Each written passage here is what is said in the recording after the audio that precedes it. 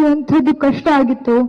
ಅಂತ ಒಂದು ಪರಿಸ್ಥಿತಿಯಲ್ಲಿ ಅವರ ಕೈ ಹಿಡಿಬೇಕು ಅನ್ನುವಂತಹ ಒಂದು ಯೋಜನೆಯಿಂದ ನಮ್ಮ ರಾಜ್ಯದ ಮುಖ್ಯಮಂತ್ರಿಗಳು, ಉಪಮುಖ್ಯಮಂತ್ರಿಗಳು, ನಮ್ಮ ಸರ್ಕಾರದ, ನಮ್ಮ ಪಕ್ಷದ ವರಿಷ್ಠರು ಒಂದು ನಿರ್ಣಯವನ್ನು ತಗೊಂಡ್ರು. ಅವ್ರಿಗೆ ನಾವು ಕೈ ಹಿಡಿಬೇಕು. ಯಾಕಂತಂದ್ರ ತಾಯಂದ್ರು ಅಂತಂದ್ರೆ ಅವ್ರು ಎಲ್ಲಾ ಮನೆಯನ್ನ ಬೆಳಗಿಸುವಂತವ್ರು. Women are natural born leaders. ಅವರು ನಾಯಕರು. ಹೆಣ್ಮಕ್ಳು ಹುಟ್ಟಿದೊಳಗೇನೆ ಅವ್ರೊಳಗೆ ನಾಯಕತ್ವ ಗುಣ ಇರ್ತೈತಿ. ಯಾಕಂತಂದ್ರ ನಿರಂತರವಾಗಿ ಅವ್ರು ಬರೀ ತಮ್ಮ ಬಗ್ಗೆ ಆಲೋಚನೆ ಮಾಡೋದಿಲ್ಲ, ತಮ್ಮ ಕುಟುಂಬದ ಬಗ್ಗೆ ಆಲೋಚನೆ ಮಾಡ್ತಾರೆ. ತಮ್ಗಿಂತಲೂ ಮುಂಚೆ ಇನ್ನೊಬ್ಬರನ್ನು ಮುಂದೆ ಹಿಡಿಯೋನೇ ನಾಯಕ.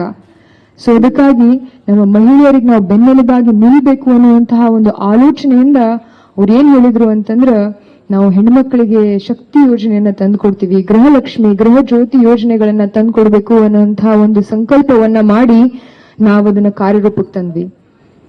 ಕೇಂದ್ರ ಮಂತ್ರಿಗಳು ನಿರ್ಮಲಾ ಸೀತಾರಾಮನ್ ಅವ್ರು ಹೇಳ್ತಾರ, ನಾವು ಸರ್ಕಾರವನ್ನು ದಿವಾಳಿ ಮಾಡ್ಲಿಕ್ಕತ್ತೀವಿ ಅಂತ.